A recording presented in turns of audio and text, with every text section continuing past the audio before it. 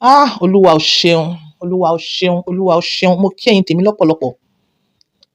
Bàbá Ìjẹ̀ṣà òun ló ní fídíò yìí, but mo fẹ́ kó jẹ́ public. Ṣóyé fún ẹ̀yin kan tẹ́ sọ wípé kí ló dé tá a fi lọ inbox directly. Mo fẹ́ kí èèyàn kan méjì mẹ́ta kó jore ọ̀fẹ́ again. A lè mọ béèyàn kan, èèyàn méjì àbẹ́yàn púpọ̀, a lè mọ bá wọn wí pẹ̀lú ọ̀rọ̀ yìí. But this video is for Bàbá Ìjẹ̀ṣà àti àwọn likes like Bàbá Ìjẹ̀ṣà, àwọn bí Bàbá Ìjẹ̀ṣà. Ẹ̀yin tèmi mo kí yín lọ́pọ̀lọpọ̀, ṣàlàáfíà lẹ wà gẹ́gẹ́ bí èmi Hajia on point by 2 ṣe wà lénìí. Mo fẹ́ wo past videos ẹ lè bá ọmọ kan tí mo ṣe lálẹ́ time ohun mi lẹ̀ ń gbọ́ ẹ wo videos mi. Alhamdulillah lẹ́ẹ̀kan sí. As at the time kó tó di pé mo fẹ́ ṣe fídíò yìí, ṣóyé yín, mo gbọ́ ìròyìn ayọ̀ ọ̀nà méjì. Ó ní pásítọ̀ kan tí wọ́n pè ní pásítọ̀ àbí prophet Abel. Ó máa ń rìnà kí n sọ bẹ́ẹ̀ yẹn. Ó rìnà, ó sọ wípé ọ̀rọ̀ insurgency, insecurity in Nigeria, ó ló ti fẹ́ dópin. Òun rí vision báyìí. Àwọn èèyàn wá kọ sínú comment yẹn, wọ́n ní vision kọ́ o. Wọ́n ní news ni. So kó tó di pé màá wá ṣe fídíò yìí gangan, òun ni mo wá gbọ́ ìròyìn ayọ̀ yìí pé àwọn tó máa ràn wá lọ́wọ́, wọ́n ní wọ́n ti dé. Wọ́n ní àwọn tó máa ràn wá lọ́wọ́, wọ́n ní wọ́n ti dé. Wọ́n ti ń bẹ̀rẹ̀ iṣẹ́ lábẹ́lẹ̀. Kí Ọlọ́run ọba kó jẹ́ kó rí bẹ́ẹ̀. Kí Ọlọ́run sì fún wọn ṣe. Ẹ̀yin tèmi, Bàbá Ìjẹ̀ṣà. Bàbá Ìjẹ̀ṣà. Èmi mo wà lára àwọn olólùfẹ́ ẹ̀. Tó jẹ́ wípé bá a ṣe gbọ́ bí gbogbo ẹ̀ ṣe ṣẹlẹ̀ nígbà yẹn. Personally like me, I still stood behind you. Bóyá wọ́n sọ fún Bàbá Ìjẹ̀ṣà àbí wọn ò sọ fún ẹ, Omiyinka o. Bóyá wọ́n sọ fún yín o àbí wọn ò sọ fún yín, bóyá wọ́n sọ fún ẹ àbí wọn ò sọ fún ẹ, Bàbá Ìjẹ̀ṣà. Àánú lórí gbà o. Àánú lórí gbà Bàbá Ìjẹ̀ṣà. Àánú lórí gbà. Àwọn kan sọ wípé wọ́n ti bẹ̀rẹ̀ relationship yẹn kí Bàbá Ìjẹ̀ṣà tó lọ ẹ̀wọ̀n. Èmi sọ wípé rárá. Wọn ò bẹ̀rẹ̀ relationship yẹn kí Bàbá Ìjẹ̀ṣà tó wọ ẹ̀wọ̀n. Bàbá Ìjẹ̀ṣà wà nínú ẹ̀wọ̀n, òun ni wọ́n bẹ̀rẹ̀ relationship yẹn. Mo sọ fún yín pé kí ni mo rò tí mo fi sọ bẹ́ẹ̀. Personal ni mo keep ẹ̀ personally. Personal ni. Ọlọ́run bá ṣetán láti ṣàánú èèyàn. Wàláì kò sí position tó máa wà. Oore ẹ, àánú ẹ, ó máa wá ẹ rí. Àwọn tí ọ̀rọ̀ Bàbá Ìjẹ̀ṣà ká lára, tí wọ́n dìde àánú, tí wọ́n dìde àjò, tí wọ́n dìde àdúrà, wọ́n pọ̀ o. Wọ́n pọ̀ gidigidi. Bàbá Ìjẹ̀ṣà tẹ̀ rí àánú yẹn gbà. Personally, pé mo sọ fún yín pé wọ́n sọ wípé wọ́n ti ń ṣe relationship yẹn fún Bàbá Ìjẹ̀ṣà tó lọ sẹ́wọ̀n. Like seriously, personal thing tí ó fi rí bẹ́ẹ̀, tó jẹ́ bẹ́ẹ̀ lọ́kàn tèmi, mo mú pamọ́. Àánú lórí gbà Bàbá Ìjẹ̀ṣà. Àánú lórí gbà. Àánú. Arábìnrin yìí wá ṣe bẹ́ẹ̀. Ọlọ́run wá fún ní oyún látara ẹ̀. Gbogbo ẹ̀yin tẹ́ ń dàtú pé ṣé ti Bàbá Ìjẹ̀ṣà ni Bàbá Ìjẹ̀ṣà kọ́. Ti Bàbá Ìjẹ̀ṣà ni. Ọmọ Bàbá Ìjẹ̀ṣà ni baby boy. Ṣóyé yín, àánú ni Bàbá Ìjẹ̀ṣà rí gbà o. Mo kọ àkọlé kíní ní Bàbá Ìjẹ̀ṣà olóko dógidógi. Ó ní reason tí mo fi kọ síbẹ̀. Ẹ̀yin tèmi, àánú ni Bàbá Ìjẹ̀ṣà rí gbà o. Ṣé ẹ rí irú àwọn obìnrin bíi CEO Olumi, ṣé mo ń gborúkọ yẹn? Arábìnrin yẹn, she's stinkly rich. Billionaire lobìnrin náà. Àánú ni Bàbá Ìjẹ̀ṣà rí gbà. Bàbá Ìjẹ̀ṣà olóko dógidógi. Yes, ẹ lè sọ pé a ṣe sọ bẹ́ẹ̀, ó ní reason tá a fi sọ bẹ́ẹ̀. Àfi tá a bá fẹ́ fi pamọ́, àfi tá a bá fẹ́ pé kò rí bẹ́ẹ̀. Má fojú olóore rẹ gúngi o. Ibi tẹ́ bá ti ń dó káàkiri, má fojú olóore rẹ, Bàbá Ìjẹ̀ṣà, má fi gúngi. Irú obìnrin bí obìnrin yẹn, ó sọ wọ́n o. Ṣé rí irú obìnrin yẹn, nínú gbogbo ilé ayé pátápátá báyìí, irú obìnrin yẹn like wọn ò pé mẹ́wàá.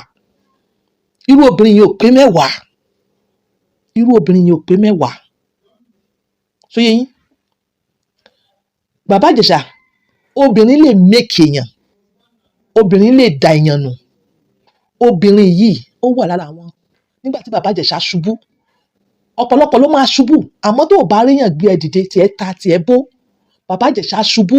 Bàbá Ìjẹ̀ṣà wá rí èèyàn gbé dìde. Òun ni obìnrin tẹ̀ ń rí. Gbogbo bí Bàbá Ìjẹ̀ṣà bó ṣe jáde lẹ́wọ̀n, bó ṣe wà nínú ẹ̀wọ̀n, tó ṣe live like a king. Yes, bí wọ́n ṣe sọ, bó ṣe live like a king. Ẹ̀yin tèmi, kò kọjá ẹ̀yin obìnrin alálùbáríkà ẹ̀. Irú wọn sọ wọn wọ́n ṣẹ́rú wọn Bàbá Ìjẹ̀ṣà. Wọ́n ṣe mistake ẹ̀. Bàbá Ìjẹ̀ṣà, lọ mú okó rẹ lọ fi kọ́ ọrùn ẹ. Lọ mú okó ẹ lọ sokùn mọ́ lọ fi kọ́ ọrùn ẹ. Bá ẹlẹ́dàá rẹ sọ̀rọ̀ pé kó gbé lékè. ìṣekúṣe. Like when this state is case yìí tó start, àwọn èèyàn jáde pẹ̀lú experience oríṣiríṣi. Madam Esabod wọ́n jáde pẹ̀lú experience. So yẹ yín wọ́n sọ oríṣiríṣi tó jẹ́ pé àwọn èèyàn wá jáde wọ́n wá rí confirm ẹ̀ again pé ìgbà tí bàbá Ìjẹ̀ṣà lọ London nǹkan tó ṣe lè táwọn at the end of the day táwọn wá gbé gbà sílé tó wá ṣe báyìí at the end of the gbogbo story yẹn la gbọ́ àti so many. Kò sí ọkùnrin tó fẹ́ràn obìnrin but ó yẹ kó ní limit. Bàbá Ìjẹ̀ṣà lọ ní limit. Obìnrin yìí ó gbà ẹ́ tọwọ́ tẹsẹ̀, ó gbà ẹ́ ti gbogbo àlébù. Like inú discussion wa mo ń discuss pẹ̀lú àwọn even tó wà younger, many of them were telling me pé àwọn ò lè ṣe o èèyàn tó ti lọ sẹ́wọ̀n rí pẹ̀lú gbogbo offence pedophile despite the fact pé ọ̀pọ̀lọpọ̀ try láti sọ pé it's not like that. Èmi wà nínú àwọn tó sọ pé it's not like that. Mo ṣe ń sọ pé it's not like that nítorí pé kí ni kò gbọdọ̀ rí bẹ́ẹ̀.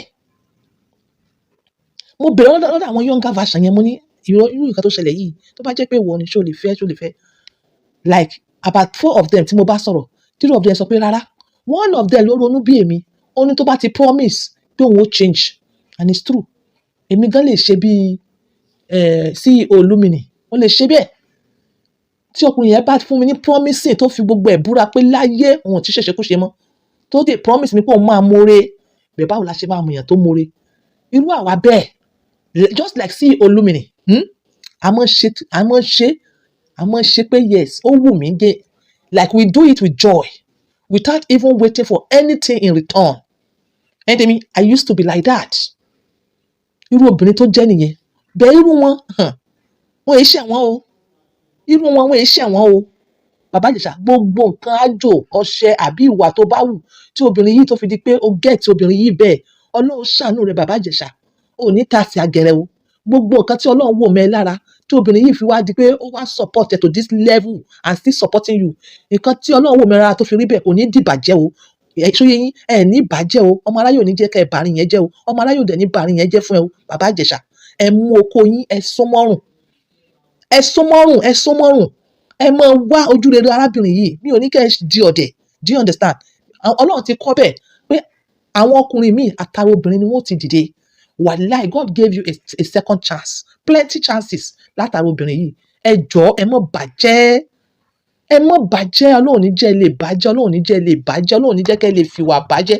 Ìwà yẹn tí ọmọ aráyé fi ń bú yín yẹn, Bàbá Ìjẹ̀ṣà, ìwà yẹn tí ọmọ aráyé fi ń bú yín yẹn, òun ni kẹ́ mójútó. Òun ni kẹ́ wọlé àdúrà sí, òun ni kẹ́ wọlé àlùà sí, òun ni kẹ́ wọlé ibikíbi tẹ́ bá wọ̀ sí pé ìwà yìí Ọlọ́run ò yọ kúrò nínú ọ̀rọ̀ mi, ìwà dódódódó Ọlọ́run yọ kúrò nínú ọ̀rọ̀ mi, you understand? Ìṣó tíntínní kí ẹ má fi bàdíjẹ́ because Bàbá Ìjẹ̀ṣà oore ọ̀fẹ́ lẹ rí o, and so many are jealous, so many orí wọn fẹ́ dàrú. So many wọ́n wò pé ó ṣe wá rí bẹ́ẹ̀, so many wò pé àbá kò yẹ kó rí bẹ́ẹ̀, kò yẹ kó jẹ́ Bàbá Ìjẹ̀ṣà, irú wọn náà ni tí orí wọn mọ̀ wò pé kò yẹ kó rí bẹ́ẹ̀. Bàbá Ìjẹ̀ṣà yẹ kó rí oore yìí, kò yẹ kí Bàbá Ìjẹ̀ṣà rí oore, irú wọn ni princess, irú wọn náà ni Ìyábọ̀ Òjó àtàwọn supporter wọn. Bàbá Ìjẹ̀ṣà oore lórí gbà ẹ mójútó ìwà tá tó mo wí yìí o, ìwà tí mò ń sọ yìí gangan Bàbá Ìjẹ̀ṣà Ọlọ́run ṣàánú ẹ̀ wá lè mójútó. Ọlọ́run ní jẹ́ kó lè fojú olóore gúngi pẹ́ fúnra yín. Ìwà yìí Bàbá Ìjẹ̀ṣà òun ni kẹ́ lọ mójútó. Ọ̀rọ̀ mi ò jù báyìí lọ yín tèmi. Mo ní kí n sáré sọ lé pàápàá kò sí bá ṣe sọ̀rọ̀ tá a rí sọ ní like 100%. Do you understand? Ibi tó bá kù díẹ̀ kó tó dàbí ẹni pé ó fẹ́ rí bákan ẹ̀yin tèmi ẹ bá mi balance it up lọ́kàn yín. Ọ̀rọ̀ mi ò jù báyìí lọ. This is Ajia on point by 2, always using my words to help others. Ẹ wo past videos mi fẹ́ ṣe polówó kankan lé ní. Ẹ wo past videos ní kẹ́ lè mọ nǹkan tí mo really ṣe ní àlefa yìí. Ẹ̀yin tèmi ire o, bye for now.